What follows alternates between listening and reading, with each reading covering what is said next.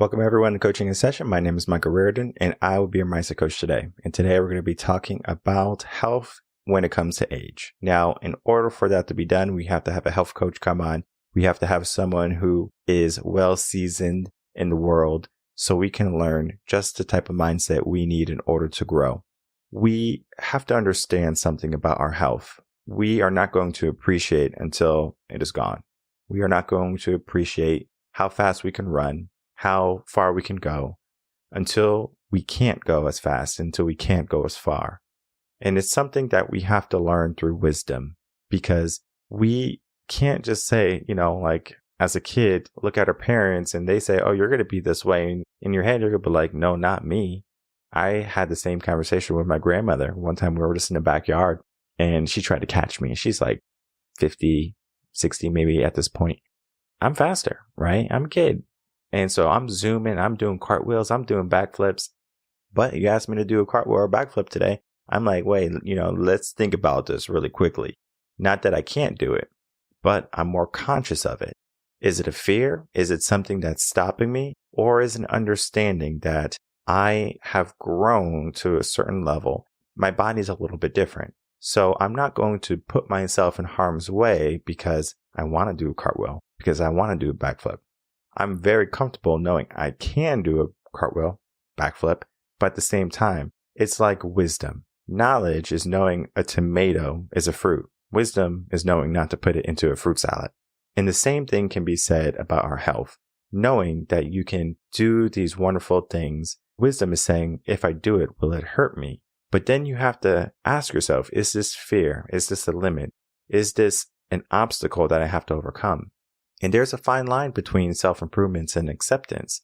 And we're going to be talking about that today with my guest, Lyman, who is a health coach who has written a book that helps people realize that health can be an important asset in their life. So let's get into that interview with Al and myself so we can begin to break down just how important health is.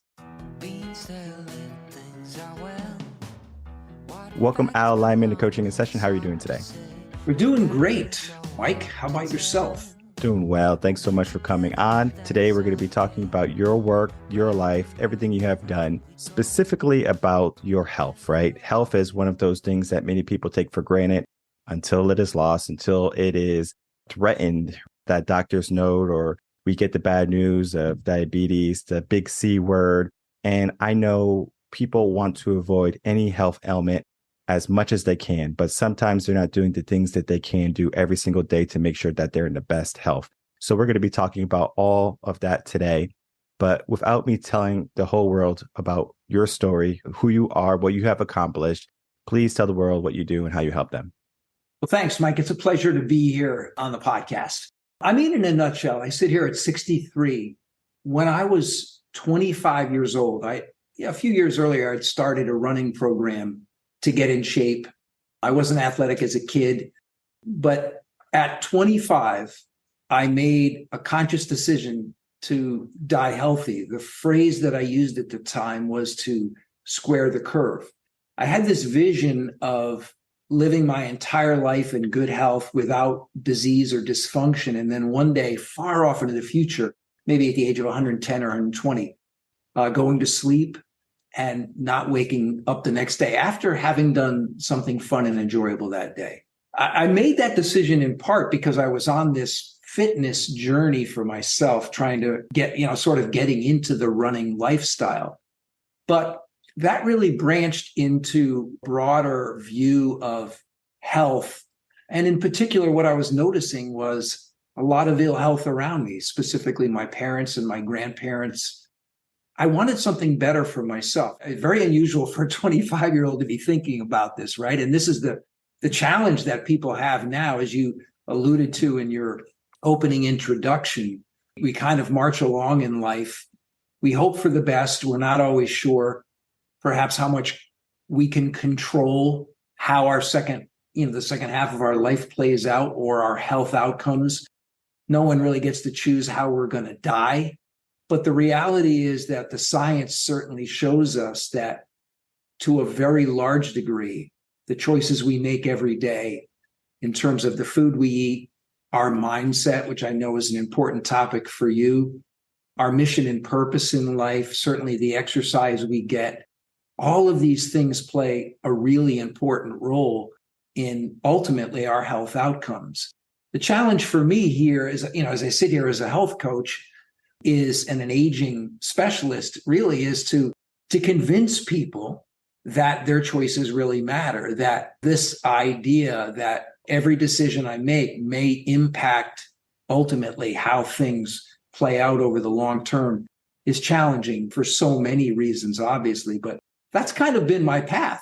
I made that decision at 25. Every day since then, literally every day since then, again, I sit here at 63, I thought about how to become healthier and also how to strike that balance between self-improvement and self-acceptance, which is a very delicate balance, right? Because it isn't about perfection. It's really about just trying to be a little bit better and realizing something which is incredibly profound, in my opinion, which is this: without good health, nothing else matters in life nearly as much. I mean, we know that Steve Jobs passed at 56 from pancreatic cancer with $7 billion of net worth. And he is well known to have said that he could pay someone to do absolutely anything for him, but he couldn't pay someone to be, sick for him. No matter how much money we have, and certainly the relationships and the connections that we have in life,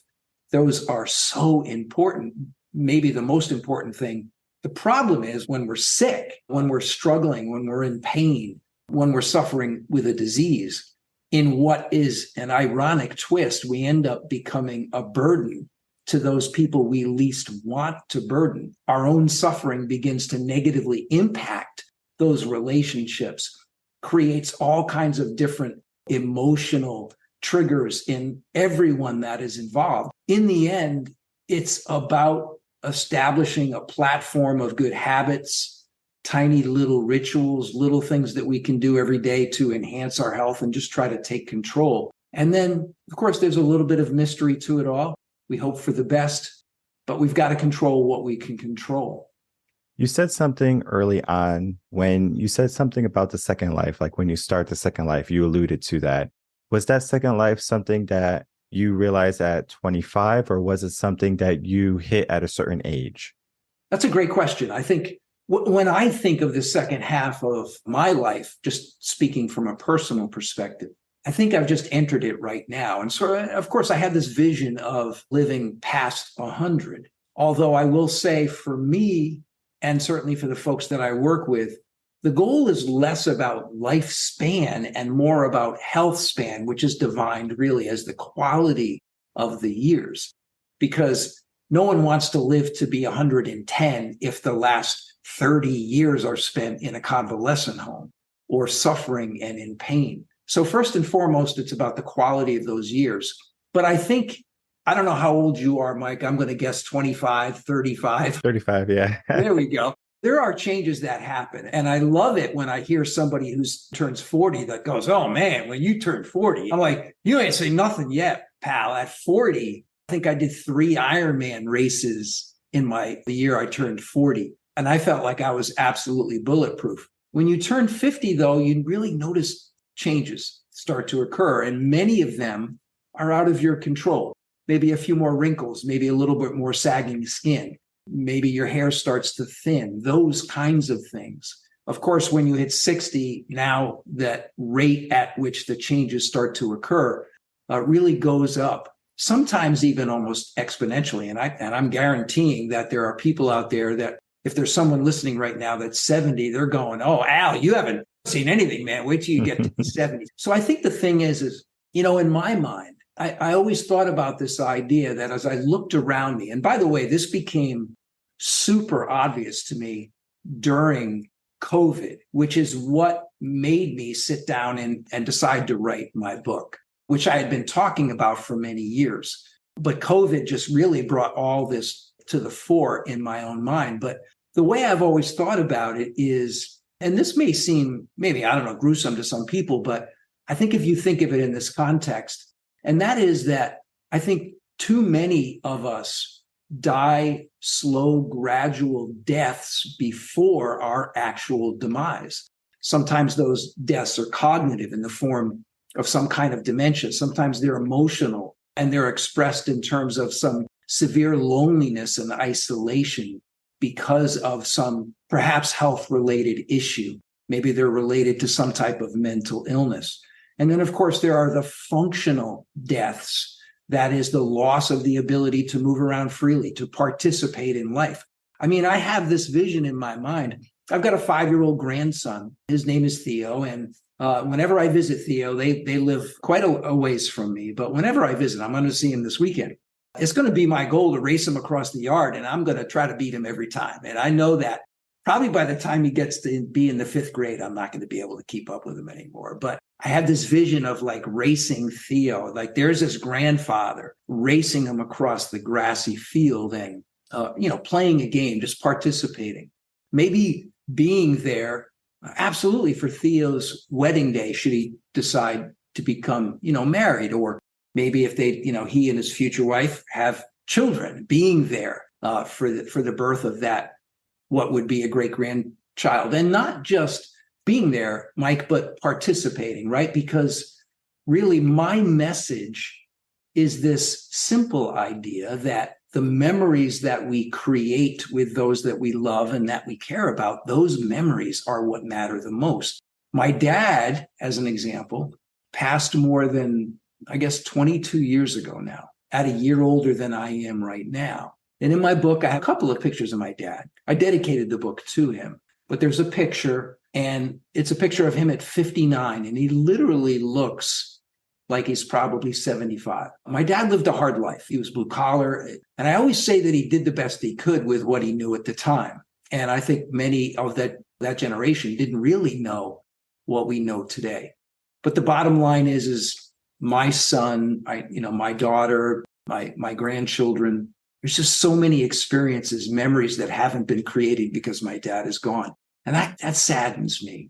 That's my passion, sort of my mission, to share this message of just do the best that you can and try to take control. And if you can do that, then at least you give yourself the best chance. We look at what's happening with parents, especially today. People are having children at a later age. They're not having kids at 18, 19, 20 anymore. It's like 30, 35.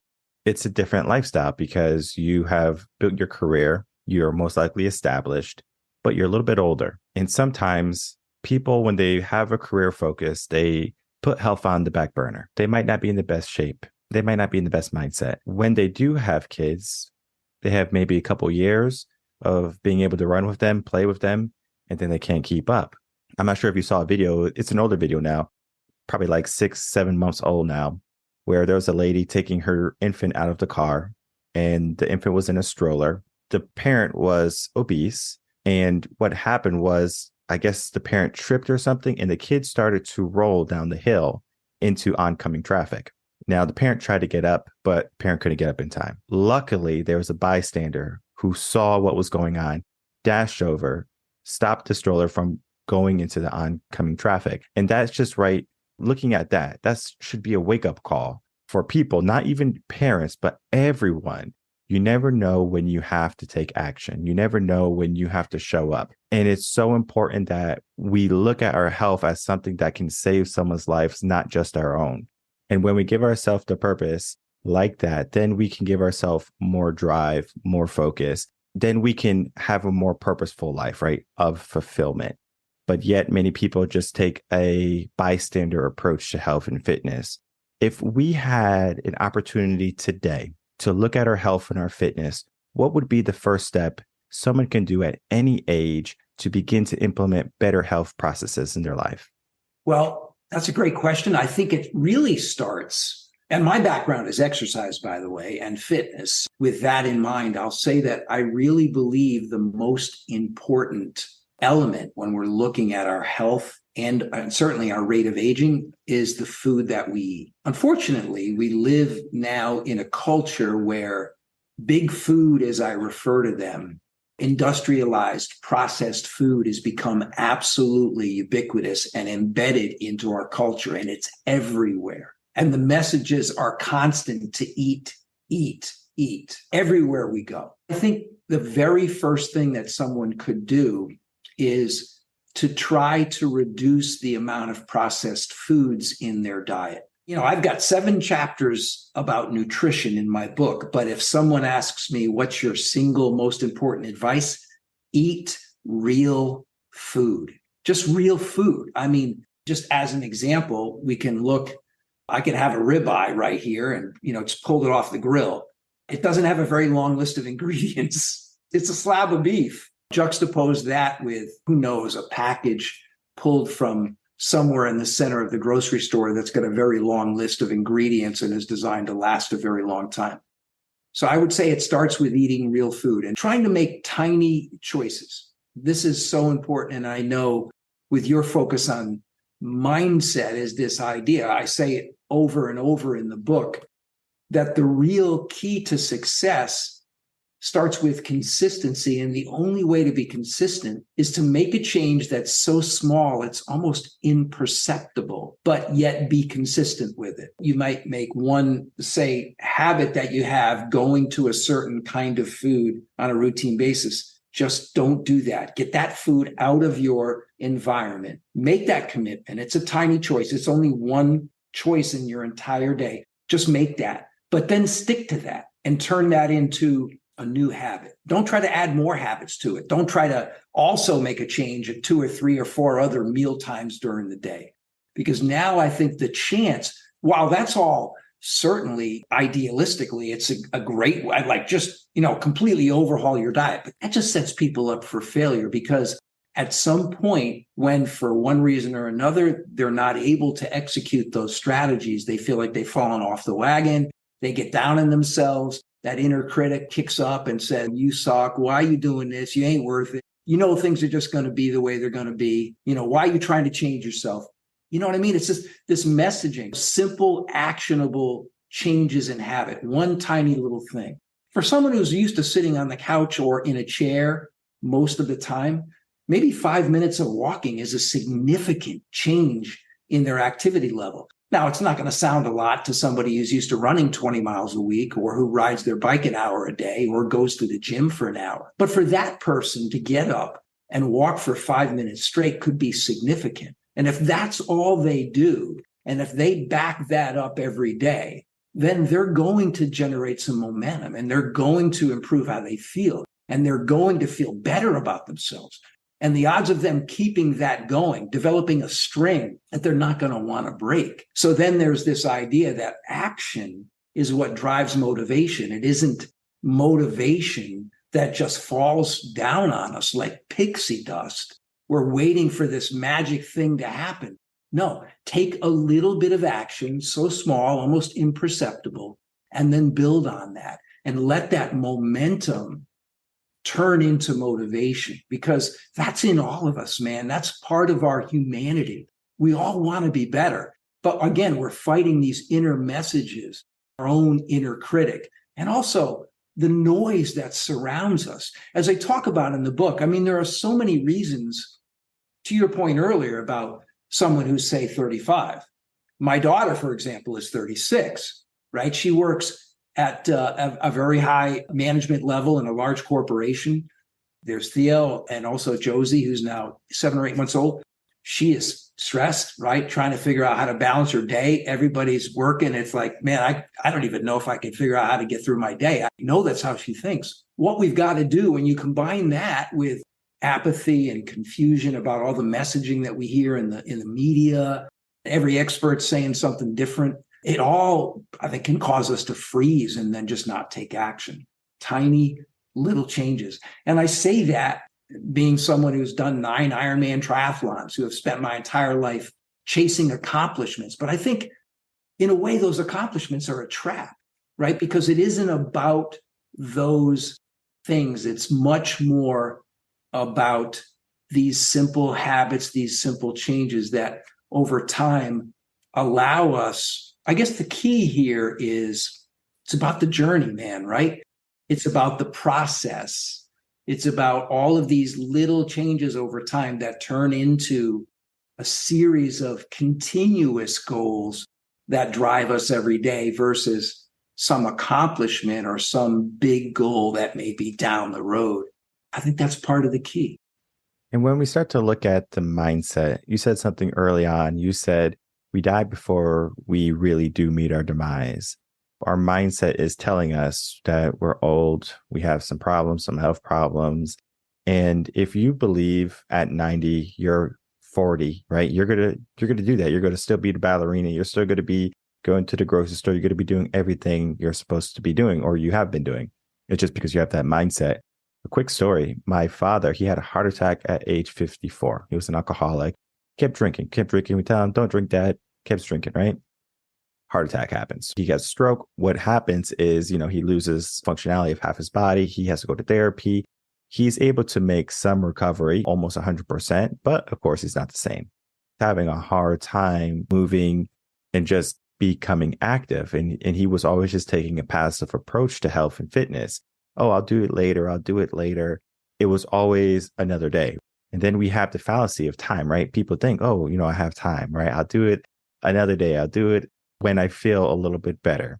When he had that, I remember I called him. I said, you have grandkids. I don't know what age you want to live to, but do you want to be able to run with them? Do you want to be able to watch them graduate from schools?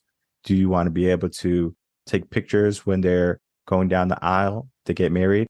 What do you want? He wasn't thinking about that. He was just pitying himself, where he was just, woe me, woe me. And it wasn't until I gave him a bigger purpose, he started to become more active and more resilient. That's an amazing mindset to have when you can look at something, not just for you, but for memory's sake. As you said, we want the memories. We want to build and create those memories. It's not so much of how much money we spend, but how many memories we can create. And I think that's where the joys of health come in, because if you are healthy, your memories are going to be so much better. You can walk on the beach with them. You could run with them. And that's going to be so much more sweet than, just looking at a picture and then that's it, or FaceTiming them because you really can't walk well. And I'm not saying that, of course, with age, things start to break down a little bit easier, more quicker, but it doesn't mean that we have to have that logic and say, well, I'm 70 years old. It makes sense that I can't walk anymore. No. If you're 70 years old, what can we do to be the best walkers, right? Maybe we do have to start to give ourselves an accomplishment, a challenge of doing an Ironman. It's not that we need to do it, but the mind is so powerful. If you give it a challenge, it shows up. And many people at a certain age, it seems like they stop challenging themselves. They stop saying, you know what? I'm going to be more than what I am today. They just find like a place of complacency. What happens with wolves that are older, they just find a little hole and they die. They separate themselves from the pack and they just go someplace and die. Mentally, our culture today, that's what they do. Now, they physically don't die. They'll get their DoorDash and their McDonald's and their Burger King delivered so they have some sustenance to sustain themselves. But mentally, they're gone. How can we start to invigorate life back into those individuals?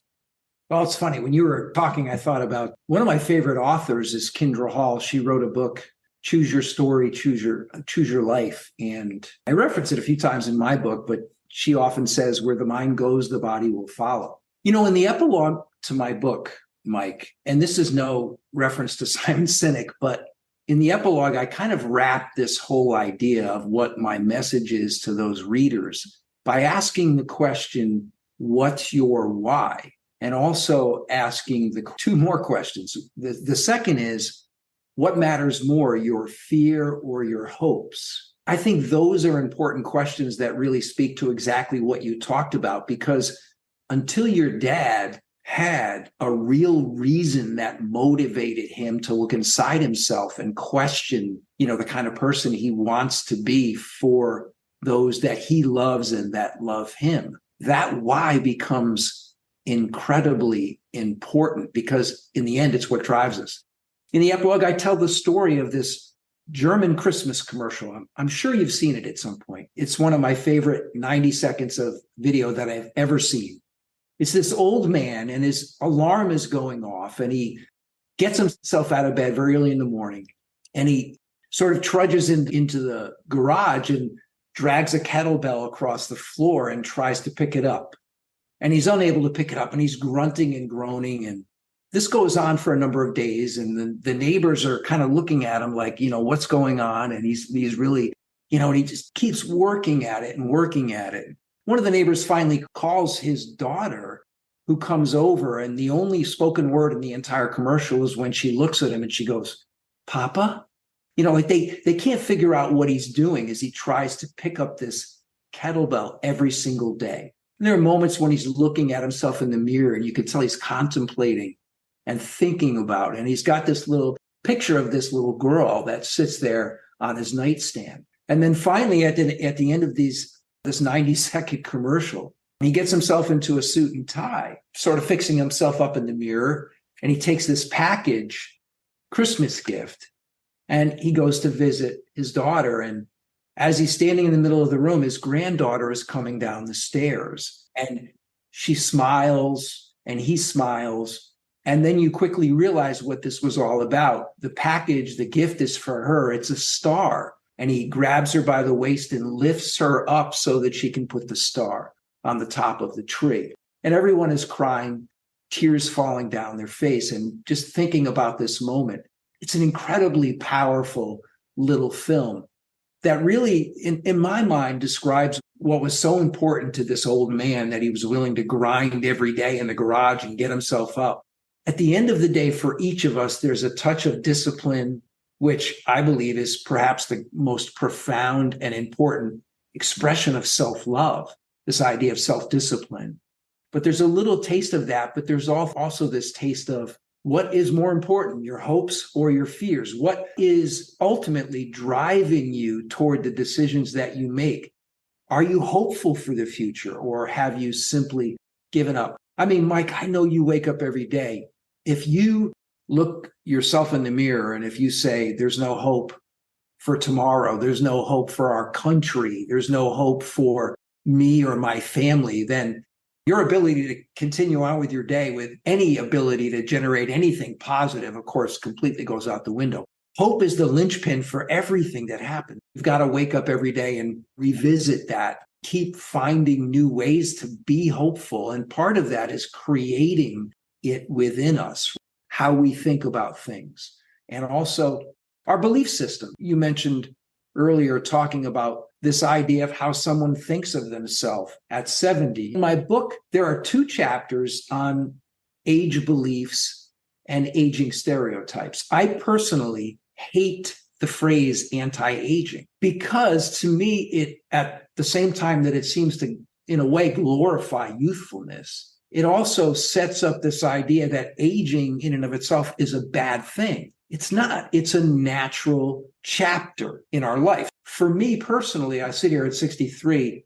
My worst days, I wish I was 35 again. But the other thing that I always come back to is, this is the chapter of my life where I am now. I have wisdom and experience now that I never had at 30. I didn't even know what I didn't know at 35, as an example. So I think for all of us, we need to find the best ways to embrace those chapters in our life. It isn't about trying to be something else other than we are. We just want to be the best version of ourselves in whatever chapter we're at, right? I think chapter 4 is really about how to rewrite the narrative in our minds and begin to understand that how we talk to ourselves about ourselves is how we create the life that we really want to live. And of course, that's, at the end of the day, it's largely about the action we take, but action never happens without belief, first and foremost, without some semblance of a why, some feeling of hopefulness, and then our ability to believe in the power of our choices. You talked earlier about the mind and how powerful the mind is. And I'll tell you, man, when I researched this book, and certainly what I've learned over the course of my life, I don't think there's any doubt that we can completely change our health with our mindset, with how we think, first and foremost. In fact, it's essential, because at the end of the day, what we manifest physically, emotionally, in the end, comes out of what goes on in our mind, the thoughts that we have. So it's all really interrelated and integrated in a very important way. And we talked about so many great things in our conversation today, from starting off with health, understanding the difference between improvement and acceptance, But then the last little bit, we talked about the concept of hope. And we do have to have some hope. We do have to have some type of why in our life, some type of purpose, as we said today. And when you can do that, you're going to start to take more action. And sometimes you have to get some skin in the game. Sometimes you have to reach out to someone, get a coach, get a mentor, get a guide, get a book that's going to just be that last spark in your life that's going to make everything different. I always say the book that changed your life is not the book that changed your life. It's probably all the books that were subsequent to that book that changed your life. Because I can give someone a book that changed my life and they read it and nothing happened. We have to build. And as we build, we grow. Take an opportunity today to keep on building, gain the knowledge, gain the wisdom, and then start to take action. And before we go, I would love to get some final words from you, Al, and then to tell the audience where they can find you. Thanks, Mike. First, the title of my book is Age Well and Feel Great, The Proven Path to Solving the Aging Puzzle and Going the Distance. It can be found at Amazon and also on my website, which is theallyman.com. Right on the website there, right above the fold, there's an opportunity for someone to just click a button and be taken to a page where they can learn a lot more about the latest coaching program I've launched, which is called Beat Aging. The word BEAT being the acronym for belief, encouragement, accountability, and taking action. So that it's a transformation over the course of 12 weeks that really reflects what we've talked about today, which is that all of these elements, the ability for us to encourage ourselves and get encouragement from others in our support group, the necessity of having some kind of belief in the power of our choices. And then, of course, the accountability that's necessary, holding ourselves accountable for what we say we're going to do and having that support group or support person there for us. We all get here on the backs of those that come before us. Nobody does life solo. It definitely takes a team. And I think anybody who's ever achieved or accomplished anything, certainly your listeners right now that are listening, they know that anything that they've ever done required the support of teachers, mentors, coaches, partners, parents, siblings, and the list goes on and on. That's where folks can find me. And of course, Instagram, the Al Lyman, Twitter, Coach Al. I try to get on, as much social media as I can. And I find the conversations when they happen are really interesting and fascinating. And I guess the last little bit of wisdom that I would leave everybody with today is to really reiterate what I had mentioned before. And that is nothing else matters without good health. So for every one of us, every single person, whether you're 35 or 45 or 75, we have to believe and know that it's never too late to make a change, and it never is. I don't care how old you are. You can make one positive change, which can ultimately impact the quality of your life, right? We can't know when our final day is here, but it's never too late to make a change. So we've all got to accept the fact that without good health, very little of the other things that keep us busy in the course of our lives, it doesn't matter quite as much without that good health. But as I said earlier, the key is not biting off too much. I know yourself, obviously a high achiever, you got all of your own coaching and the podcast and so many things going on. I don't know whether you have a family or children, but the bottom line is we all have so many tasks in our day that can grab our attention. But if we don't pay ourselves first, if we don't take care of the temple, which is our body, our mindset, our physical, emotional, and mental health, if we don't pay attention to those things, then we may be faced someday with a diagnosis that changes our life in the worst way possible. And nobody wants to look back and go, if only. So start small, start really, really small, and then just give yourself an opportunity to build a little bit of momentum, let that connect to some motivation, and just keep going. And always come back to your why. Always come back to that hopefulness. And of course, it's not about perfection, man. It's just trying to be a little bit better every day. And if you do that, you lock into the process and the journey, then there's at least a better chance that the end will happen the way that we want it to happen. And the second half of our lives, Mike, will be the best half. Yeah, beautifully said. And that is what we need in our life. We need to start small. We need to have a reminder each and every day for us to not only accept what we have, but to look at what we can do. Just how you were talking about that commercial where the grandfather wanted to lift his grandchild up to put the star on the tree. We all have that bit of motivation in our life, right? Now, if you don't have a grandchild, you do have your health to look at. And I can't imagine anyone who would just think, 70 years old or at 65 when I retire, I want to feel like crap. Most people don't think that way. Most people want to hit 65 and they want to start the best years of their life.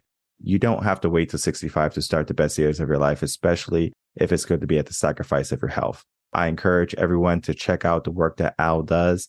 It's going to be maybe the starting point for you. It could be the point where you realize that now is the time to take action.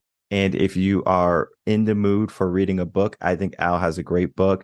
And he's going to be that author that might be that tipping point for you. That might, just be that wake up call for you. It just changes your whole life. Maybe you have an elderly parent, a grandparent, someone who needs to read that book. Pass that to them, right? Just say, here's a gift. I want you to read this. I want you to talk to me after this book and tell me what you've learned.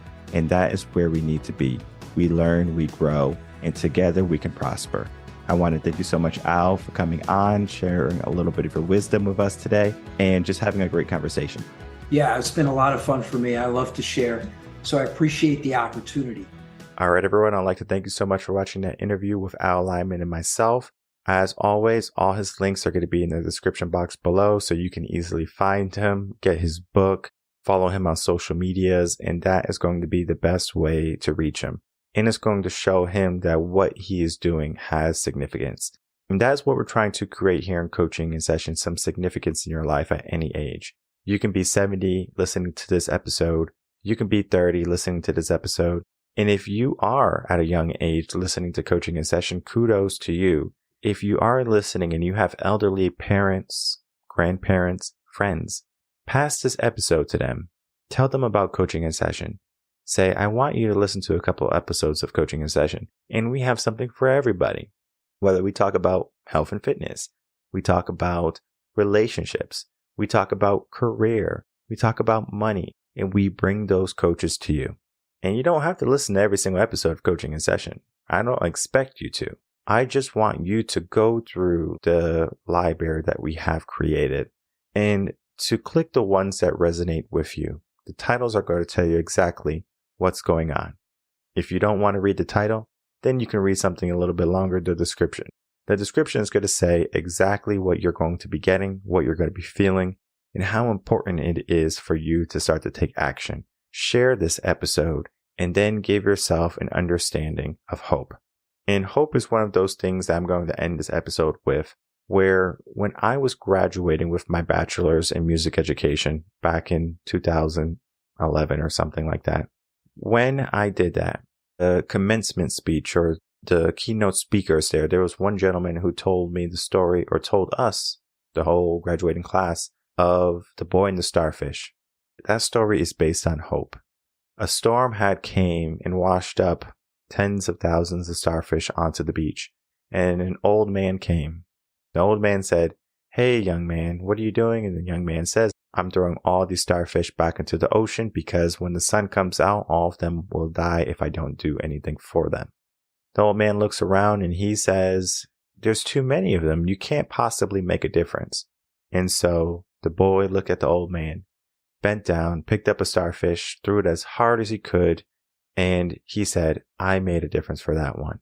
We can make a difference in our life. We can make a difference today. It doesn't have to be a big change. It doesn't have to be a big step.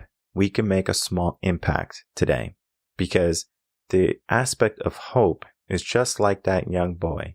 He hoped that he can make a difference, and it was just one starfish at a time. Maybe in his mind, he might have said, "I don't think I can do it all." But he also said, "I'm going to do what I can." So at some level, we have to be able to do what we can each and every day. At some level, we must do the hard things, the challenging things, the things that we fear. Most times, those fears are make-believe. Those obstacles we give ourselves are self-endowed. And we have to invigorate ourselves attain the mindset that's going to help us understand, well, what do we truly want to accomplish? What type of purpose and passions do we have to follow? What is our why? What is our reason for showing up? What is our reason for becoming stronger? And are we making sure we're doing everything in our power to show up? And are we doing everything in our power to be the best version of ourselves today? And if you're not, I encourage you to check out what Al is doing to see all the accomplishments he has done in his life. And that can be what sparks the fire within you. That can be what ignites the flame that's going to help you get to better health and fitness. My name is Michael Reardon. I'm a mindset coach. If you have any questions, you can email me coachinginsession@gmail.com. As always, I'll see everyone on the next episode of Coaching in Session. Until then, everyone take care.